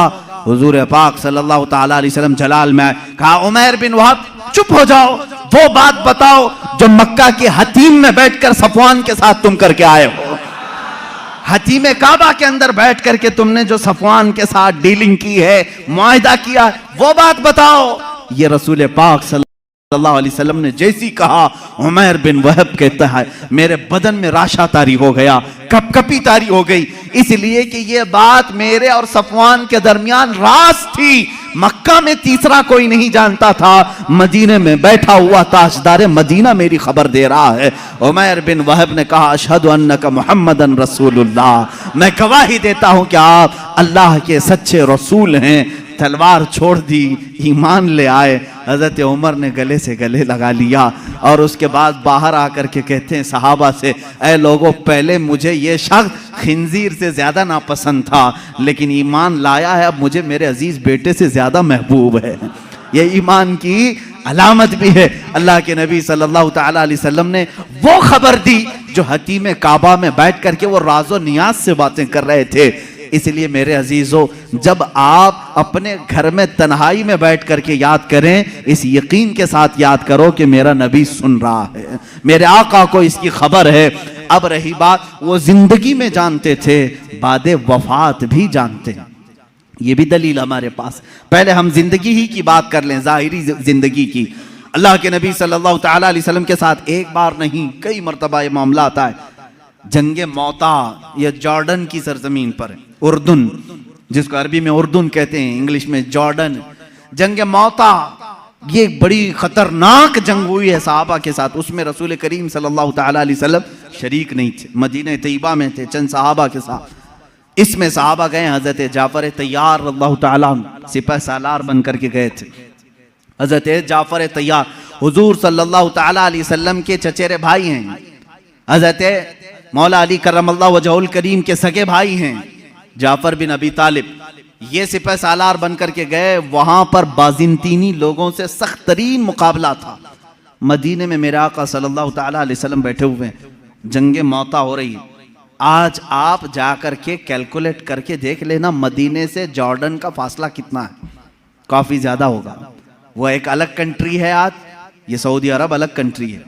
दोपहर का वक्त है, अल्लाह के नबी सल्लल्लाहु ताला अलैहि वसल्लम मस्जिद में बैठे हैं, सहाबा सामने हैं।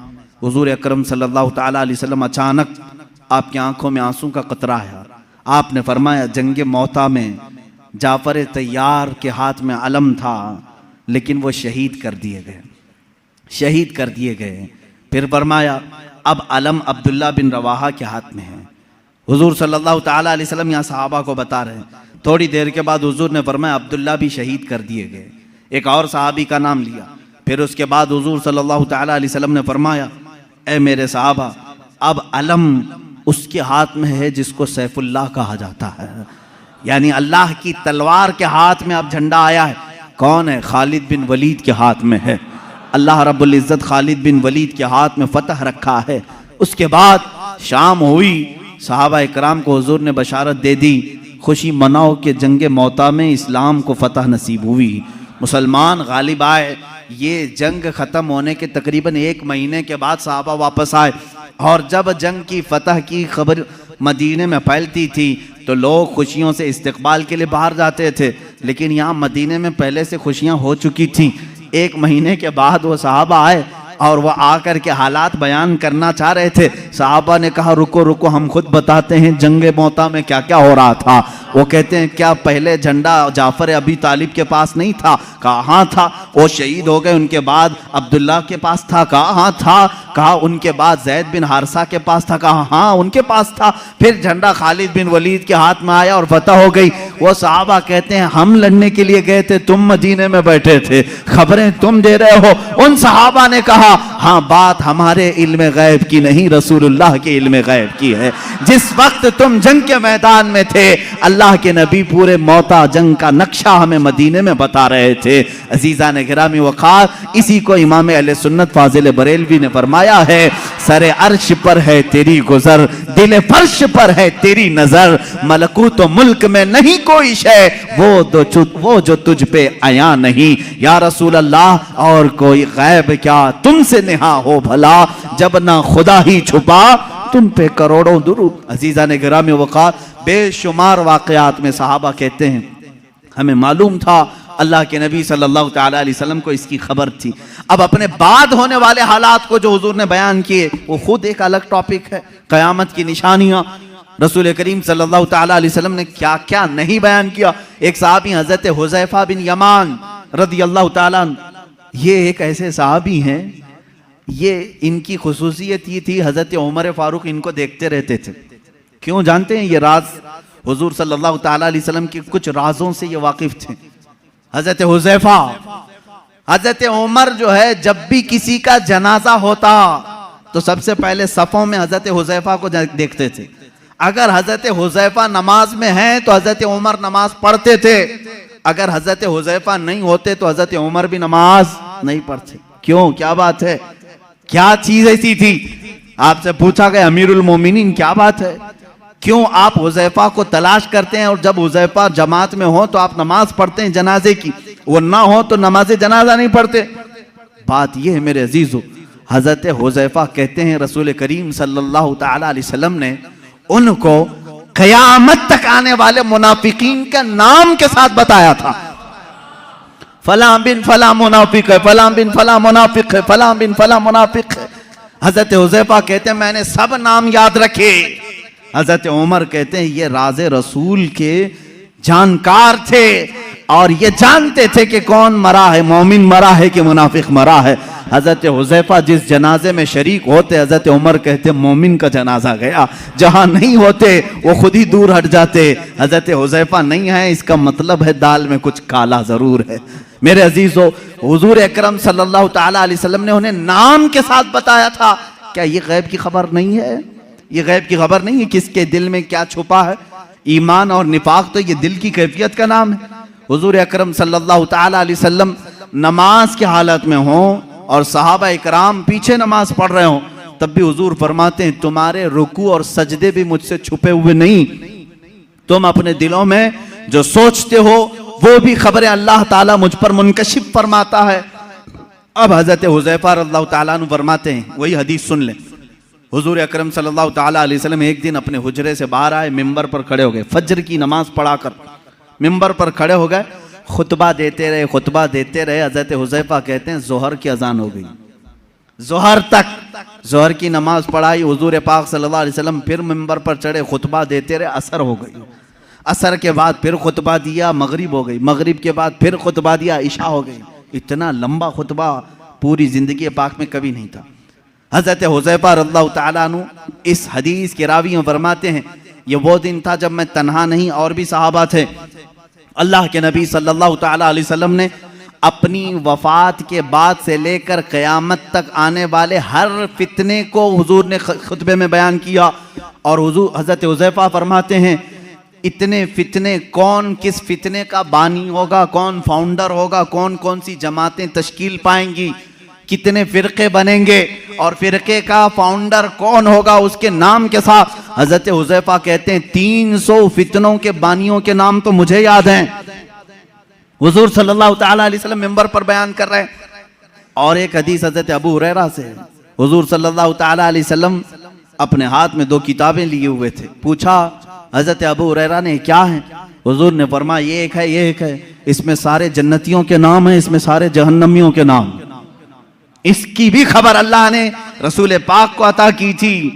अब कौन कौन सी चीजों को तुम निकालोगे कि ये नहीं जानते थे, वो नहीं जानते थे, कौन जन्नती है और कौन दोज़खी है, इसकी खबर भी मेरे आका सल्लल्लाहु ताला अलैहि वसल्लम अता फरमा रहे हैं। बल्कि जन्नत के अंदर पहुंचने वालों की खबरें, दोज़ख में कौन कौन जाएगा उनकी खबरें, कब्रों के मुतालिक, यहाँ तक कि एक हदीस पाक है, हुजूर सल्लल्लाहु ताला अलैहि वसल्लम गुजर रहे थे, एक जगह कब्रस्तान के खड़े हो गए और आपने एक बेरी के दरख्त की टहनी, शाख को तोड़कर उन कब्रों पर लगाया। हरे हरे पत्ते थे। सहाबा ने पूछा, या रसूल अल्लाह सल्लल्लाहु ताला अलैहि वसल्लम क्या बात है, आपने ये पत्तों को इनकी कब्रों पर रखा? यहीं से फूल चढ़ाने का सबूत भी हमें मिलता है। हुजूर पाक सल्लल्लाहु ताला अलैहि वसल्लम ने हरी भरी टहनियां लगाई। हुजूर अकरम सल्लल्लाहु ताला अलैहि वसल्लम फरमाते हैं, मैं गुजर रहा था, मैंने देखा इन दोनों कब्रों पर अजाब हो रहा है, इन दोनों कब्रों पर अजाब हो रहा है। और दोनों को अजाब किस वजह से हो रहा है ये भी मेरे आका ने फरमाया। एक चुगली करता था और दूसरा पेशाब के छींटों से नहीं बचता था। पेशाब के जो कतरे हैं वो उड़कर कपड़े में लगते हैं, इस पर भी अजाब दिया जा रहा है कब्र में। हुजूर अकरम सल्लल्लाहु ताला, इसीलिए किसी भी मोमिन को ये ज़ेब नहीं देता कि वो खड़े होकर के पेशाब करे और छींटे अपने बदन पर उछाले। ये मुसलमान को ज़ेब नहीं देता, वरना वो कब्र में अजाब में गिरफ्तार होगा। पेशाब के छींटों से अपने आप को बचाओ, इससे बीमारियां भी आती हैं, निसियान की बीमारी। जो पेशाब के छींटों से अपने आप को नहीं बचाता उसको भूलने की बीमारी लग जाती है, बार बार भूलेगा, हाफिजा कमजोर होगा, और प्लस अजाब अलग। हुजूर अकरम सल्लल्लाहु ताला अलैहि वसल्लम फरमाते हैं, दोनों कब्रों पर मैंने टहनियां इसलिए रखी कि हर हरा पत्ता अल्लाह की तस्बीह बयान करता है। जब तक वो ताजा होते हैं अल्लाह की तस्बीह बोलते हैं पत्ते, और इनकी तस्बीह पढ़ने से उनके कब्र के अजाब में तखफीफ हो जाती है, अजाब उनका हल्का हो जाता है। अब समझ गए आप, कब्र पर टहनियां लगाने का सबूत इसी हदीस पाक से है। फूल भी ताजे हम इसलिए डालते हैं कि वो तस्बीह पढ़ें और कब्र वाले को उसका फायदा हो। हाँ, औलिया कामिलीन के मज़ारात पर इसलिए कि उनके दर्जात में बुलंदी हो, अजाब में तखफीफ गुनहगारों के लिए, और जो नेकोकार हैं उनके दर्जात में बुलंदी के लिए। दोनों भी मकसद ठीक है। हुजूर अकरम सल्लल्लाहु ताला अलैहि वसल्लम ने कब्र के अंदर के हालात भी बयान फरमाए। कब्र के अंदर के हालात, एक बार खुतबे के लिए खड़े हुए लोगों से पूछा, ऐ लोगों कुछ पूछना है मुझसे पूछ लो, कुछ पूछना है मुझसे पूछ लो। एक साहबी हजरत अब्दुल्ला, उन्होंने पूछा कि या रसूल अल्लाह सल्लल्लाहु अलैहि वसल्लम मेरे बाप कौन है, मेरा बाप कौन है? लोग उनको ताना मारते थे। हुजूर सल्लल्लाहु ताला अलैहि वसल्लम ने फरमाया, अब्दुल्ला तेरे बाप का नाम हुज़ाफा है, हुज़ाफा है। और तहकीक के बाद यही बात साबित हुई, उनके वालिद अब्दुल्ला बिन हुज़ाफा, हुज़ाफा उनके वालिद थे। हुजूर सल्लल्लाहु ताला अलैहि वसल्लम को इसकी भी खबर है कौन किसका बेटा है, इसकी भी खबर है। अब बाद वफात की बात भी मैं बता दूं, क्या हुजूर सल्लल्लाहु ताला अलैहि वसल्लम को उनकी वफात के बाद की खबर होगी कि नहीं होगी? रसूल करीम सल्लल्लाहु ताला अलैहि वसल्लम को वफात के बाद खबर है या नहीं? हयात बादल ममात, ये मेरा खुद अलग एक उन्वान रहेगा, हयातुन नबी। लेकिन हुजूर की वफात के बाद वो अपनी उम्मत को जानते हैं कि नहीं जानते? अजीज़ान गिरामी, एक सहाबी कहते हैं हुजूर सल्लल्लाहु ताला अलैहि वसल्लम से, उन्होंने अर्ज किया आका मैं आपसे करीब होने के लिए क्या करूं? हुजूर सल्लल्लाहु ताला अलैहि वसल्लम की वफात के बाद की बात पूछ रहे हूं। हुजूर ने फरमाया तुम कसरत से दुरूद पढ़ो, कसरत से दुरूद पढ़ो। उन्होंने पूछा, हर उस सहाबी ने अच्छा किया जो पूछा, इस जमाने में वो फतवा भी दिया जा सकता है। उन्होंने पूछा या रसूल अल्लाह सल्लल्लाहु अलैहि वसल्लम, क्या आपकी वफात के बाद, मौत के बाद मेरा पड़ा हुआ आप तक पहुंचेगा? यही तो सवाल है दूसरों का। और उन्होंने सुन्नियों का बोझ भी हल्का किया, कोई शक में ना रहे। हुजूर पाक सल्लल्लाहु अलैहि वसल्लम ने जवाब में भी इतना ही नहीं फरमाया पहुंचेगा, बल्कि यूं फरमाया सहाबी को, वो और लोग हैं जिनके मरने के बाद हड्डियां गल जाती हैं, जिस्म सड़ जाता है। इन्नल्लाह हर्रम अलल अर्दि अन तअकुला जसादल अंबिया फनबियुल्लाहि हय्युन युरज़क़। अल्लाह के नबी फरमाते हैं, हदीस है, बेशक अल्लाह ने जमीन को हराम कर दिया है, वो नबियों के जिस्मों को खा नहीं सकती। अल्लाह के नबी जिंदा होते हैं और रिस्क भी दिए जाते हैं, उनको रिस्क दिया जाता है। तुम जो दुरूद पढ़ते हो सिर्फ पहुंचता नहीं, मेरे आका फरमाते हैं जिसने दुरूद पढ़ा मैं उसे भी जानता हूं, उसके बाप को भी जानता हूं। पढ़ो दुरूद मुबारक। अल्लाहुम्मा सल्लि अला सय्यिदिना मुहम्मद व अला आलिहि व अस्हाबिहि व बारक व सल्लम अबदा। रसूल करीम सल्लल्लाहु ताला अलैहि वसल्लम फरमाते हैं मैं उसको भी जानता हूं, उसके बाप को भी जानता हूं। गैब की खबरें रखने वाला वो रसूल कभी ये नहीं फरमाया कि मदीने से भेजेगा तो जानता हूं, मक्के से भेजेगा तो जानता हूं। मुतलक फरमाया अफ्रीका से भेजे, हिंदुस्तान से भेजे, पाकिस्तान से भेजे, जहां से भी भेजे, चाहे उसके बाप का नाम जैसा भी हो, लेकिन मेरे आका ने फरमाया मैं उसको भी जानता हूं, उसके बाप को भी जानता हूं। ऐ मुसलमानों, फख्र करो इस बात पर, कुर्बान जाओ इस बात पर। एक दुरूद ऐसा है, एक इबादत ऐसी है, जब हम यहां पढ़ते हैं हमारे बाप का तज़किरा मदीने में हो रहा होता है। मेरे आका की जालियों के सामने हमारे बाप का नाम तक पहुंच जाता है। इससे बड़ी खुशकिस्मती तुम्हारी और क्या हो सकती है, जब नबी को फरिश्ता जाकर यह बता रहा हो या रसूल अल्लाह फलां का बेटा फलां अभी दुरूद पढ़ा है और आपकी बारगाह में पहुंचाया जा रहा है। फरिश्ते पहुंचाते हैं। बाज वो हैं, हुजूर फरमाते हैं, जिनके दुरूद को मैं खुद सुनता हूं। बाज वो हैं जिनके दुरूद को मैं खुद सुनता हूं, और बाज वो हैं जिनके दुरूद को अल्लाह के मलाइका फरिश्ते मुझ तक पहुंचाया करते हैं। ये कब तक पहुंचाते हैं इसकी भी कोई लिमिट नहीं, जब तक क़यामत ना आ जाए रसूल पाक हर उम्मती की खबर रखते हैं। मेरे अजीजों, ये अकीदा क्यों जरूरी है अब मैं आपको बता दूं। जालिमों ने, अंग्रेजों ने, यहूदियों ने, उनके अंदर एक जमात है मुस्तशरिक, जिसको ओरिएंटलिज्म कहा जाता है। ये मुस्तशरिक हैं, ये इस्लाम को पढ़ते हैं, होते यहूदी हैं, ईसाई हैं, मशनरी के लोग इस्लाम को पढ़ते हैं, कुरान पढ़ते हैं, हदीस पढ़ते हैं, आलिम भी बन जाते हैं, और फिर हमारी यूनिवर्सिटीज़ में पढ़ाते भी हैं और लोगों के दरमियान इस्लाम की बातें करते हैं। लेकिन कुछ न कुछ इसमें से एतराज़ निकाल करके मुसलमानों के अकीदे में कशमकश लाना चाहते हैं, वसवसे डालना चाहते हैं। ऐसे हर ज़माने में रहे, आज भी है।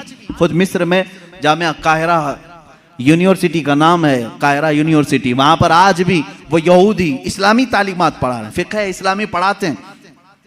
वो है नहीं मुसलमान, लेकिन इस्लामी तालीमात से खूब वाकिफ़ है।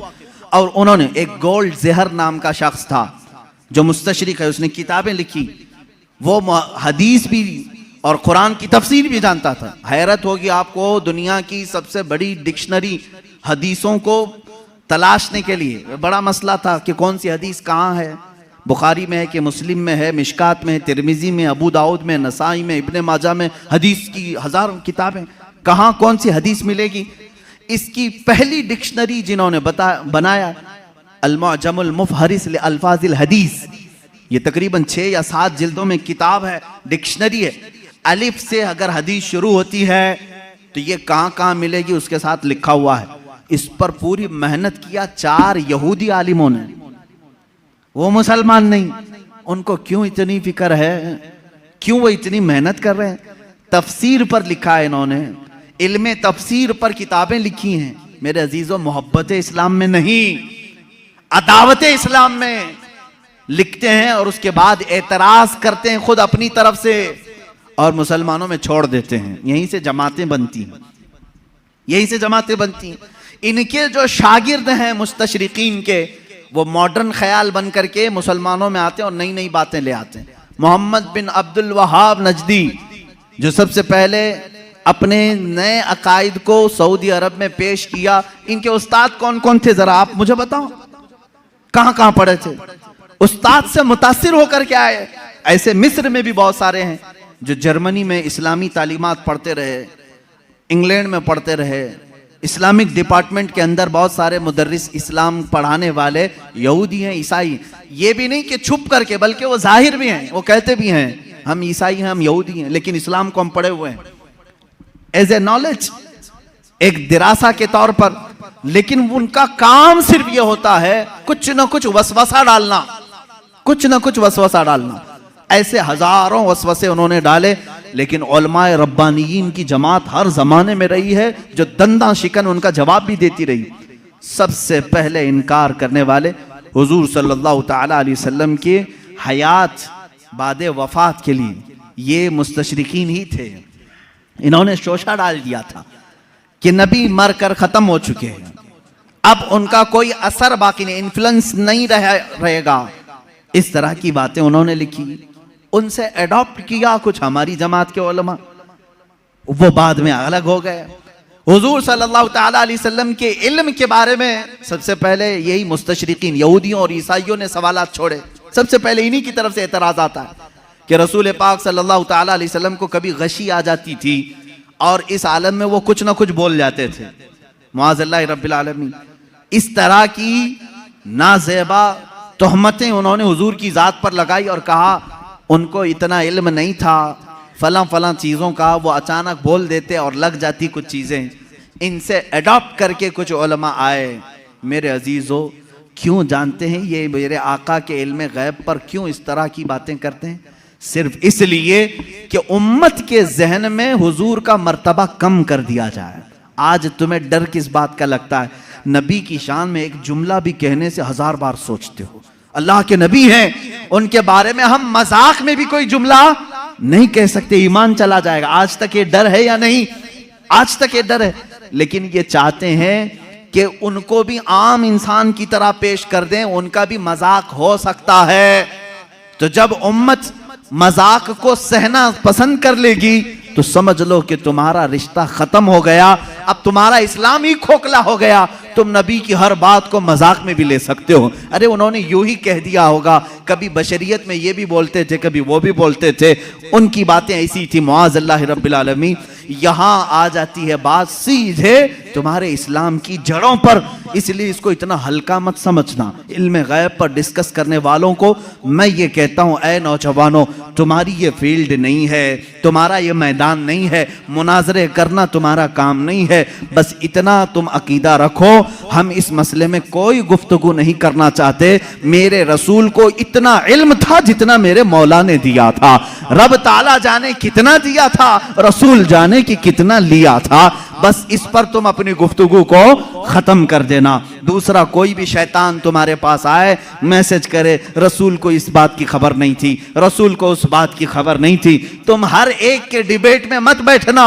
शैतान गुफ्तगू में लगा करके तुम्हारा ईमान सल्ब करना चाहता है, तुम्हारे ईमान पर डाका डालना चाहता है। शुरू में तुम डिफेंस में जवाब देते रहोगे और जब थक जाओगे तब सोचो कि मेरे भाई सही कह रहा है सामने वाला, मेरे पास तो कोई दलील ही नहीं, हमारे उलमा के पास भी कोई दलील ही नहीं।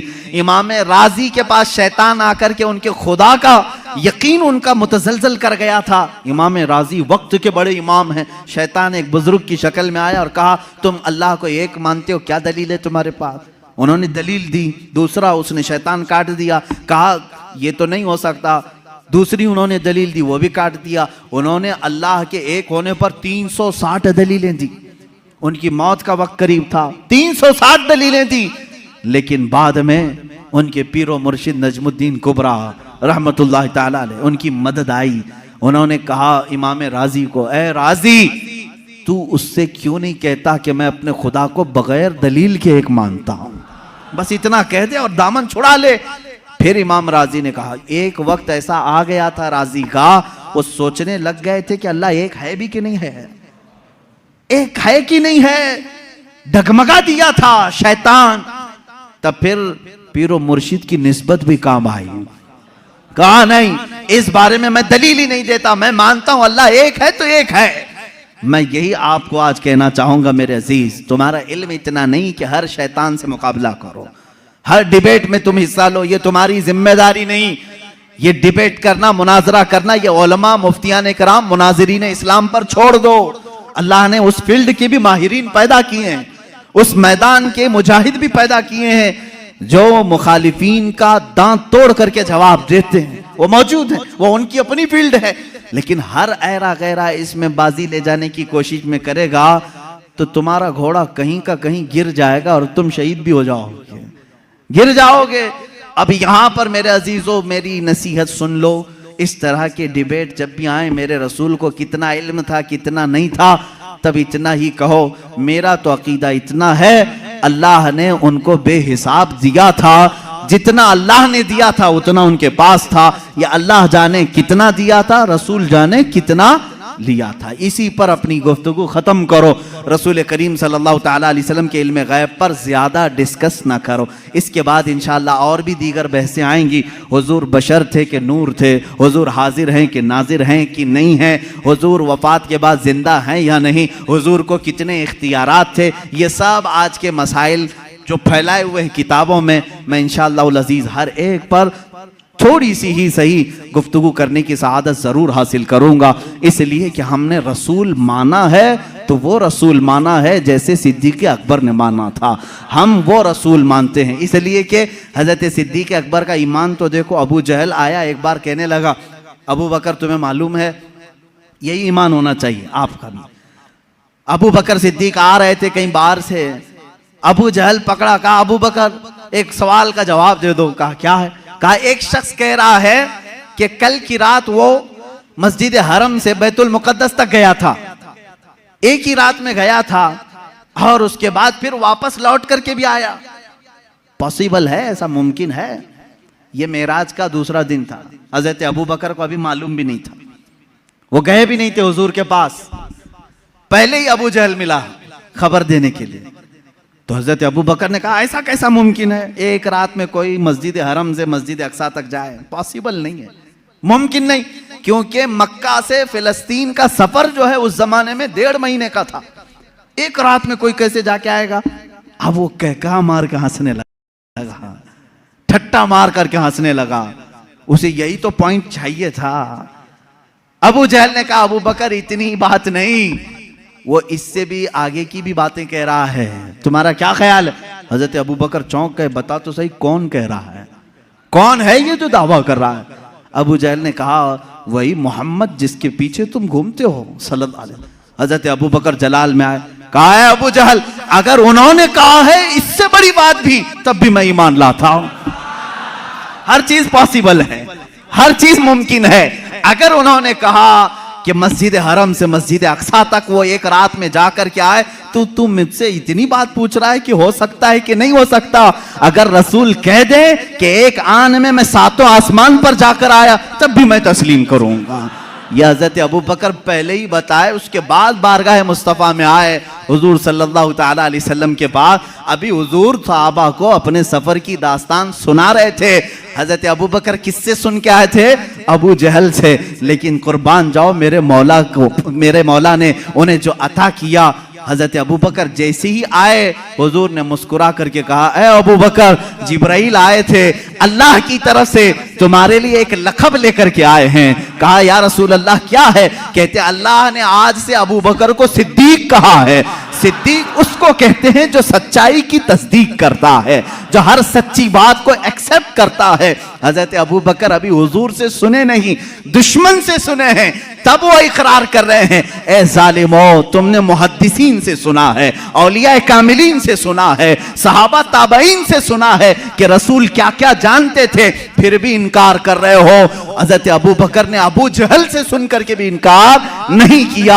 अल्हम्दुलिल्लाह हम सिद्दीकी ईमान रखते हैं कि हमने अपने औलिया कामिलीन की जुबान से सुना कि रसूल मा काना व मा यकून की खबर रखते हैं। हमारा अकीदा भी यही है कि रसूल मा काना व मा यकून की खबर रखते हैं। वह अव्वलीन के भी आका हैं, वह आखिरीन के भी आका हैं। वही है यासीन, वही है ताहा, वही है फुरकान, वही है अव्वल, वही है आखिर। मेरे आका की जात पर ये सारी चीजें मुंतहा हैं। अल्लाह रब्बुल इज्जत हमें अहले सुन्नत व जमाअत के सच्चे मजहब पर कायम व दायम रखे। मौला ताला हमें इसी अकीदे के साथ इस दुनिया से रुखसत फरमाए। ऐ मौला, हमारा जनाजा अहले सुन्नत व जमाअत पर उठा। जब रसूल करीम सल्लल्लाहु अलैहि वसल्लम की बारगाह में पहुंचे तो हमें शर्मिंदा और जलील और रुस्वा होने से महफूज फरमा। व आखिर दावाना अनिल हम्दुलिल्लाहि रब्बिल आलमीन।